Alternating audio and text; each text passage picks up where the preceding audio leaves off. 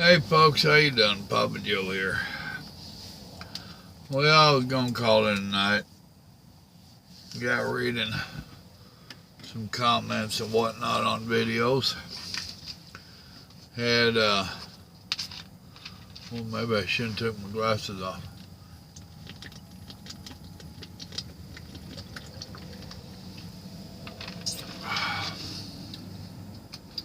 Cameron King, if I pronounced it right. If I didn't, my apologies. They asked me about trucks. Said they're new to the channel. Thanks for subscribing. Said they've been enjoying all the videos. Cool. Glad to hear that. Hit the like button. Asked me to make a video about the trucks, what I thought about them, my likes and dislikes and all that. One thing you got to remember or know is that in the amount of time I've been trucking, trucks have changed a lot.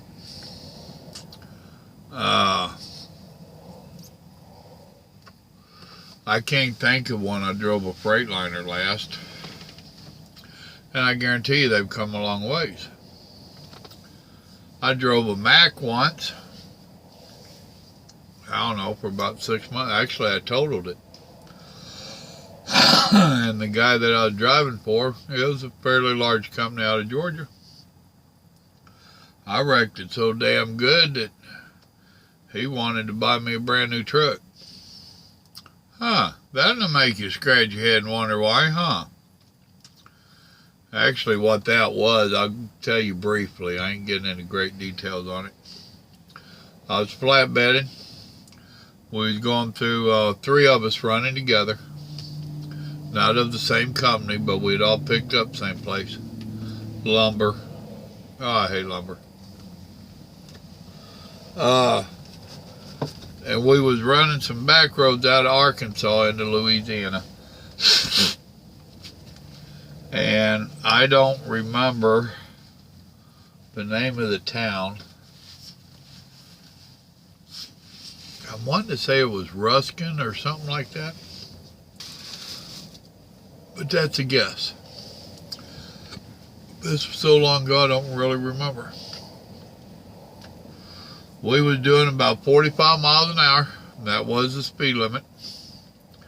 I was the front truck, running front door. And I had this little old lady pull out in front of me in a brand new Cadillac. And less than a truck length distance between where she pulled out where I was, between us. And I stood on them brakes. I stopped, literally, and so did she. I literally stopped inches from creaming her. And that load of lumber I had, 2x6s, a whole bunch of them came through the sleeper and stopped right here by my head. Later on, when the wife witnessed all this, was a nephew of mine, well, like, I ain't getting into details. That was when Mama says, "No more flatbedding for you, big boy." I didn't argue a whole hell of a lot. When you got lumber right here beside your face, I mean, literally, right here, less than a foot. Yeah. But I dealt with everything. Got the truck fixed enough to limp it into Georgia. Straps were broke. I had more straps than were required. I found a local company to band the bundles back together. I took care of stuff. And then I limped the truck back into Georgia. And stopped by my house. My nephew came down, because by now I'm hurting. The truck was so jacked up you couldn't open the doors. Had to go in and out the sleeper. he got all my stuff out, and that's when he peeled the cardboard off the back of the sleeper, and the wife seen that hole, and she about shit. She went, yeah. Little bitty short Texas women, they can be little explosive things. But I left the truck on down there to their yard on a Sunday morning and parked it up. And he's on the phone with me Monday and saying, how in the hell did you get this truck to the yard? I said, well, I drove it. He said, man, this truck's totaled. I said, yeah, it is. He said, I've got you another one ordered. And I said, no, thank you. I said, as long as they're loading lumber and stuff, cargo above the headache rack, where it can come in on you like that, I don't want to drive flatbed no more. I've had enough. Besides that, if I drove for you anymore, the wife would divorce me, and I can't afford a divorce. It's cheaper to keep her. You ever decide you want to go back driving, you call me.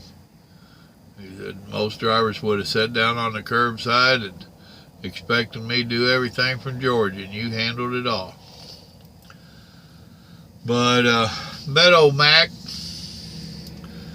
let's see, that would have been late 90s. So it was a mid to late 90s Mac. And you ever hear that song, Give Me 40 Acres? If you haven't looked it, look it up. Nowadays you ought to be able to find it real easy. But give me 40 acres to turn this rig around. It's about what you needed with them old Macs. Maybe it was earlier 90s. I don't know. It was in the 90s. But I have talked to drivers years ago now. But it was 5 or 6 years after that I'd talked to some drivers that was driving Macs. They're like, oh, hell no, dude. They'll turn on in a heartbeat. That was about the time, who was it? Ford and Mac merged together, or Ford bought out Mac. And they said they brought them a long ways. So, the Mac I drove and know from back in those days, it no longer exists. Unless you're buying an old one that you want to try to restore. So my opinions of the trucks is going to vary so widely from what they are nowadays. Freightliners, we call them a freight shaker for a reason. Because they would just shake and rattle you to death. My favorite truck was the W9. The W9 and the Pete 379, I think it is, the long hood. I'm not a Peterbilt man, although I'm driving one now. I didn't like the way their hood stuck so straight out. I like the way the W9s was made. Now your inside of your cabin was almost the same. You could literally sit here and reach over there and roll the passenger window down without any effort. We used to carry a broomstick with a bent nail in the end of it. So you'd reach over there and roll that window down. They weren't electric like nowadays. Neither was your mirrors. You'd take that broomstick and adjust that mirror when you needed to. Those trucks don't exist anymore. So all I can do is tell you that the W9 was my favorite from back in those days. The most driver friendly, which I'll make some diehards mad, is a Volvo. I've only drove a small handful of automatics. This is one of them. And all told, I've probably drove about 4 of them. Volvo has the best automatic out there, in my opinion. The others are coming along. I'm told this year, Kenworth's supposed to be coming out with one. That Volvo that I drove for this company was hands down a better automatic transmission than this Peterbilt. This Peterbilt shifts harder. It don't pull near as good or none of that. Volvo's pretty much got that automatic transmission and all that. They've got all their stuff running good together. I drove an International, but Lordy, we're going way back for that one. That was, I guess, back in the beginning of the 90s, early 90s. That was a pretty sweet truck. That was a driver-friendly truck to me at the time. That was the first truck I ever drove that had an ice box and had a table in the back, and the driver's seat would swivel around where you could use this table behind you and stuff. I just thought I was uptown there, boy.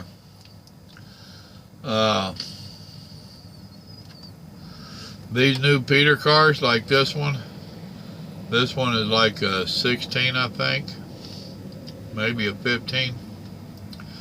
It's only got 329,000 miles on it, so it's only a couple years old. I'm not impressed with it at all. I'm not impressed with the transmission in it.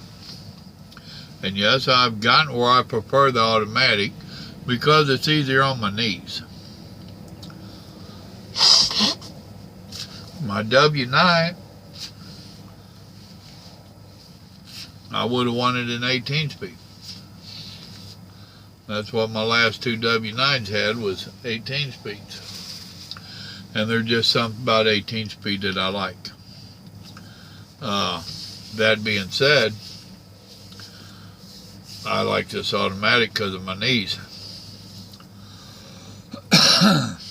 This Peterbilt, I call it a plastic Peterbilt. To me, this is not a true Peterbilt.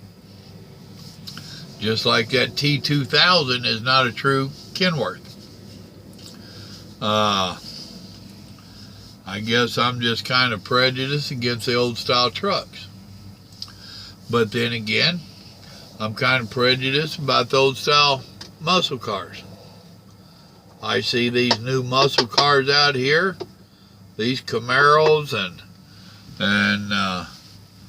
all that nonsense, the Corvettes and all that, and I'm not impressed with these new body styles and all that. Give me them from back in the 70s and stuff. Those are the hot rods. That's your muscle cars. This new stuff, I'm not impressed with it. This plastic truck, it used to be, there was a few things that we really liked about our trucks. A Freightliner was always shaking. It always had a bunch of rattles and stuff in it, a bunch of noise. We didn't have that with the Petes and the Kenworths. If you got a rattle, a squeak in your dash, you was wanting to make it go away because you only had one. And the Freightliner, they was everywhere. I have a buddy of mine, Chris. He spent more than one night with his entire dash just tore apart trying to find that rattle. I've seen him work on it all damn night and take off down the road next day with half his dash laying over there in the floor and in the passenger seat because he's going to find that damn rattle. That rattle's got to go. We used to say in the Freightliners that you herded them down the road. A Peterbilt or a Kenworth, you drove it. And you pretty much just held your hand on the steering wheel, you know, and you went down the road. It wasn't like that in the old Freightliners. The old Freightliner, you're doing this. And I'm not really exaggerating on the play that you had either. Some of them, you turn that steering wheel pretty much a quarter turn, or some of them even more than that. So you're hurting it. You know, just like you herd cattle down the field, you know, this side and this side and this side. Well, that's how them old Freightliners were. And we used to tell them, and you'd watch them when you're going by them or they're going by you. You know? Damn, I bet you're tired at the end of the day herding that thing down the road. What do you mean? Don't worry, one day you'll understand. So, I appreciate you asking my thoughts and stuff on them.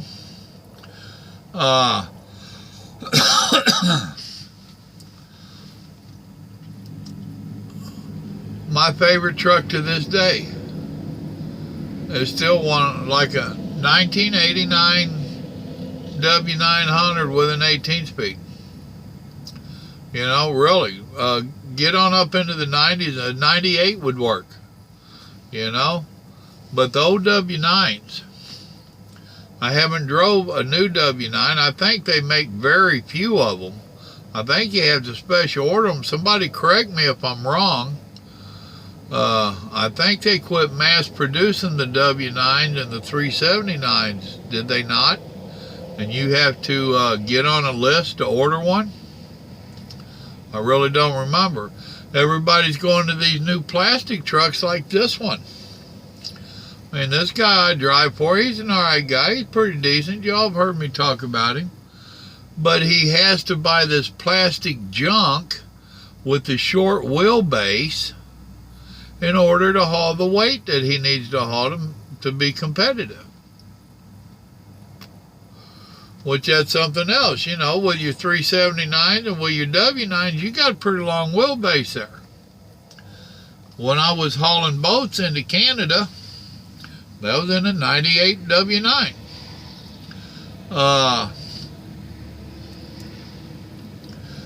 There's certain parts of Canada that they have length restrictions. Way out west over there, I can't remember the name of that province out there above Washington and all that. A lot of times our boats were hanging off the back of the trailer. And we would go up there to this one particular place to deliver. And they was only about 50 miles into Canada up there. But there was one scale house between the line and them. And you usually try to catch them in the middle of the night. Luckily, we didn't have computer logs. So, we would make that wild dash. There was two of us in the company. And we both had W9, same year and all that. And you could call and get a permit, an oversized permit, but only for one. And not one driver. It was either the permit for overlength on your wheelbase on your truck, because you're overlength on your wheelbase, or you can get a permit for your boat sticking off the ass end, because you're overlength on your trailer with that boat sticking out. You can't get a permit for both of them.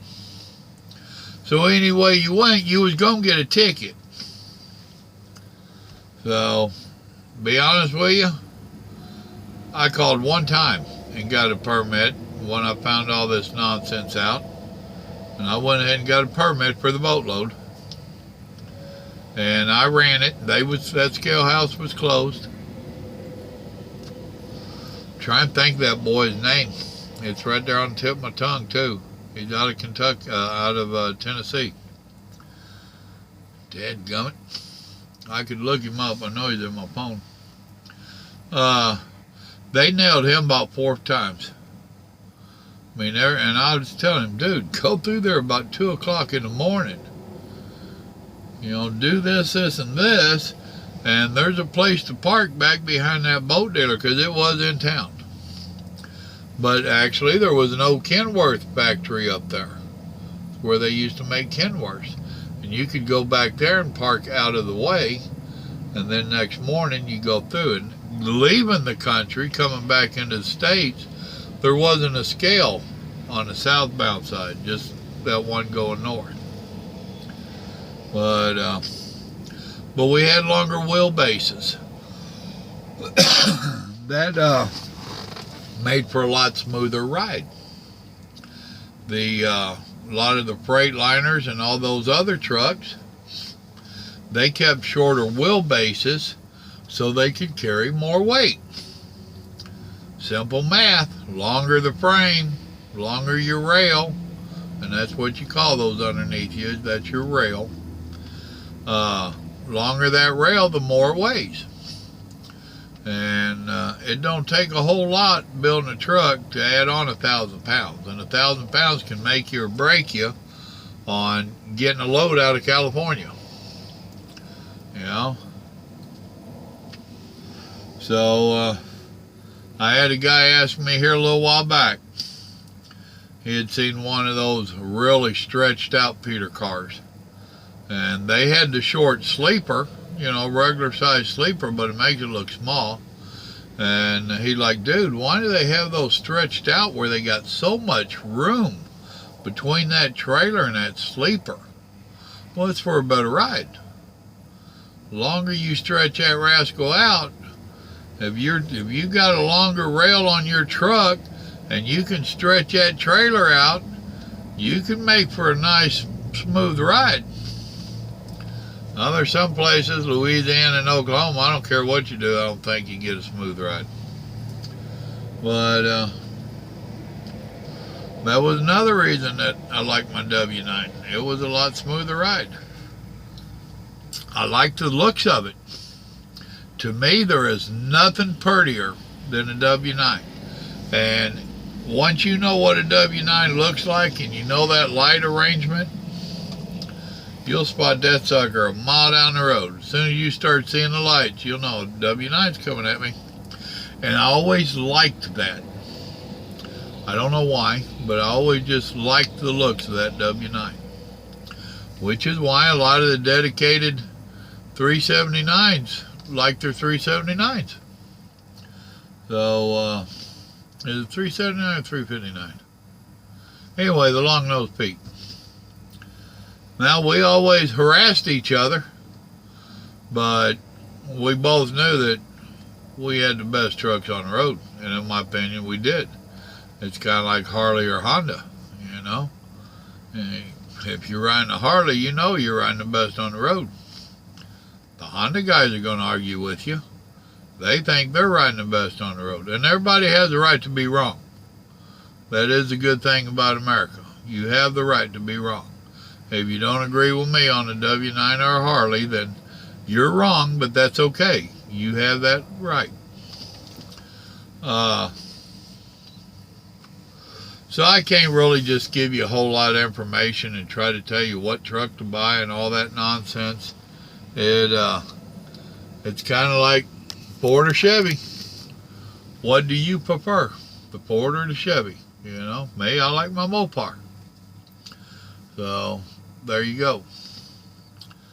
I know this wasn't a lot of help to you, but it give you a little bit on my thoughts of them.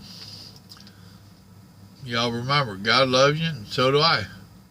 Just, if you're new to trucking, play with the trucks and find out what one is right for you. You'll more than likely find your favorite, and it might not be the same as mine. It's alright. You have a right to be wrong. Y'all remember, God loves you, and so do I. You have a blessed evening now. Good night.